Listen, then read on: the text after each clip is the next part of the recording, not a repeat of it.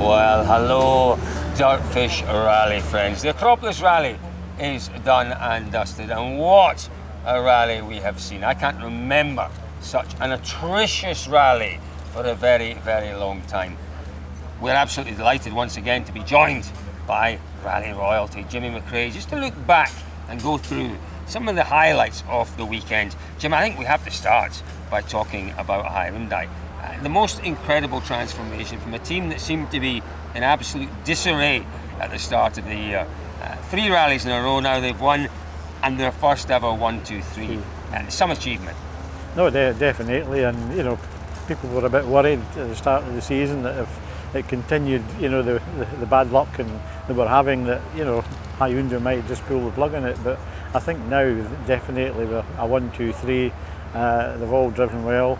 And you know, it's quite an achievement, especially in Greece when it's so difficult, so hard in the car. I mean, obviously they've got the engineering bit of the car right for this event. Yeah, that's the interesting thing, because Julien Moncet, right from Monte Carlo, was talking about reliability. We have to build reliability into the car first, then we can start looking at performance. They've clearly done that. Yep. Yeah, and I think, you know, when you look at Toyota and Ford, I mean, they've had a bit of bad luck, but you know, they just haven't got it right this time. You know. Do you know what's been impressive for me for Hyundai? Julien Moncet, really, really impressive. You know, we talked a lot, certainly from yesterday lunchtime, about team orders. How do you manage, you know, 2 very big characters? You've been in that situation, haven't you, Jim? Where, you know, there are big characters in a team; they have to be managed. It is far from an easy task. Far from an easy task, I suppose, for the manager, but also for the guys that are getting being told to back off, let your teammate pass. It's not a nice thing to happen, but it does happen. It's happened with me, and it's happened both ways. You know, I've gained from it and I've lost from it. So, but it's not nice. But Moncet, I mean, you know, Moncet's done a wonderful job, and it must be a difficult situation for him because, you know, he's been deputy team principal really since the start of the year. What more does he have to do to actually say, look, I'm the man to do this job?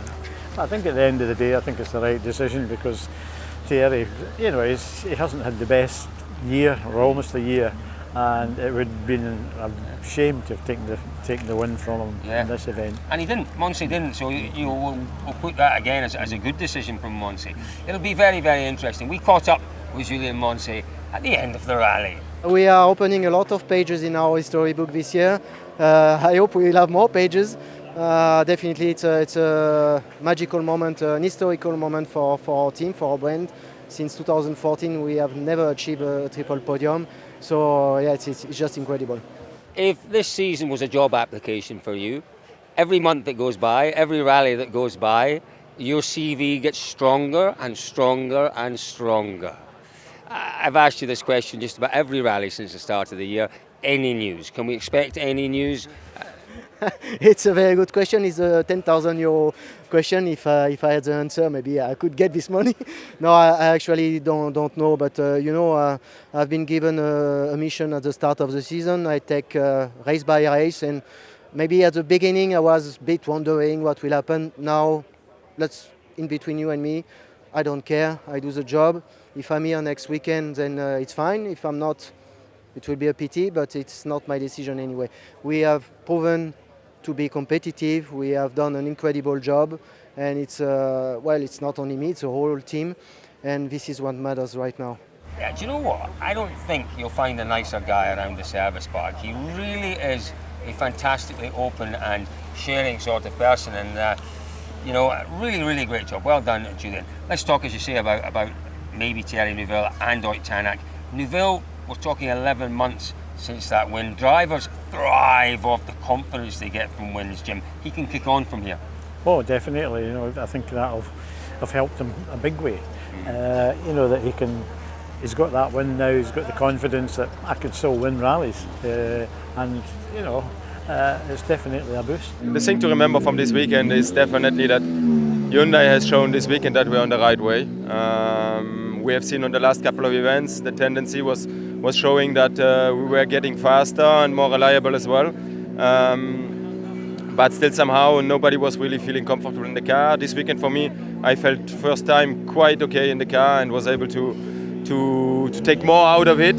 Yeah, the 1 to 3 I think is a great result for the team. Is a historical result as well for the manufacturer, and I think after all those years, I'm probably the one who have the most feelings for this great result after being so long with the team and knowing everybody in the team. Yeah, I know that everybody feels quite proud now. Tanak maybe the opposite way, maybe feels he's lacking a little bit of support from the team.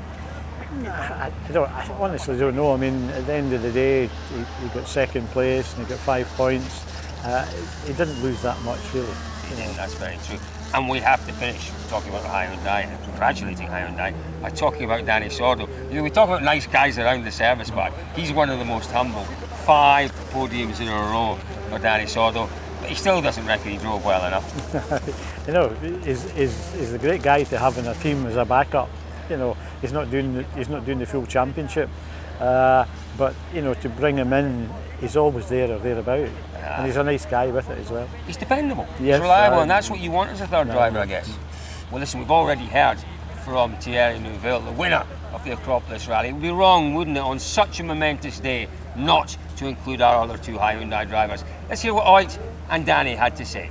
Quite incredible. I mean, it was, like we could see, very demanding, you know, especially for all the technical. So you know, from our side, the team managed to keep all the cars running. So good job. The championship is still a possibility, isn't it?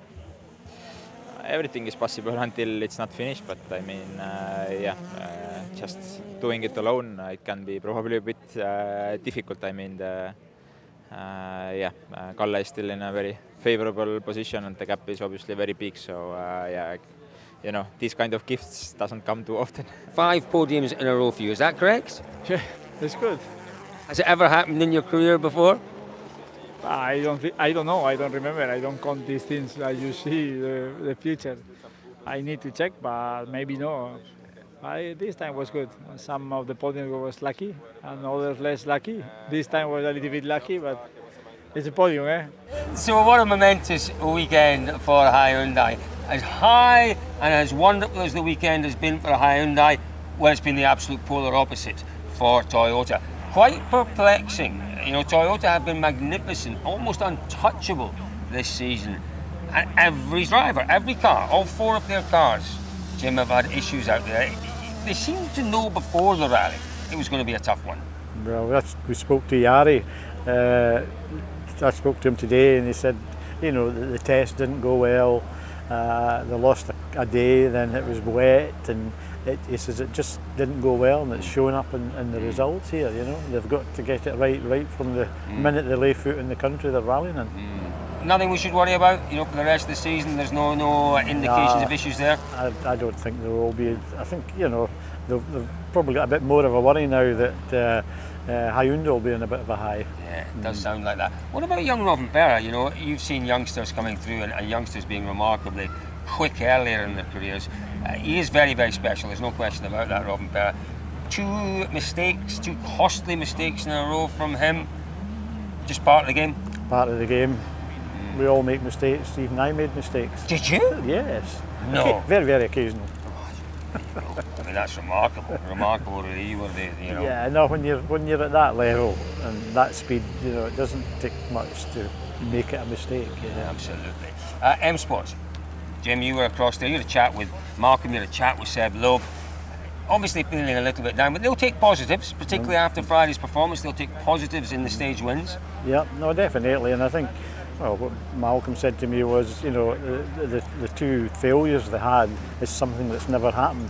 You know, it's a part in the car that's been there for 6 years. It hasn't been a problem. So, you know, you can't say that there's an ongoing problem there. We'll certainly look into it, but I'm quite sure the performance that we're putting on in the first day, I think, you know, that would definitely be uplifting for them. I think it will. What would be even more uplifting is if Malcolm, and Malcolm's powers of persuasion are legendary, if he could persuade the Maestro to do a few more rallies next year, I mean, that would be a massive boost for him. Well, I think what I've heard is that he would quite like to do more rallies, you know, so I don't think there would be much persuasion in it.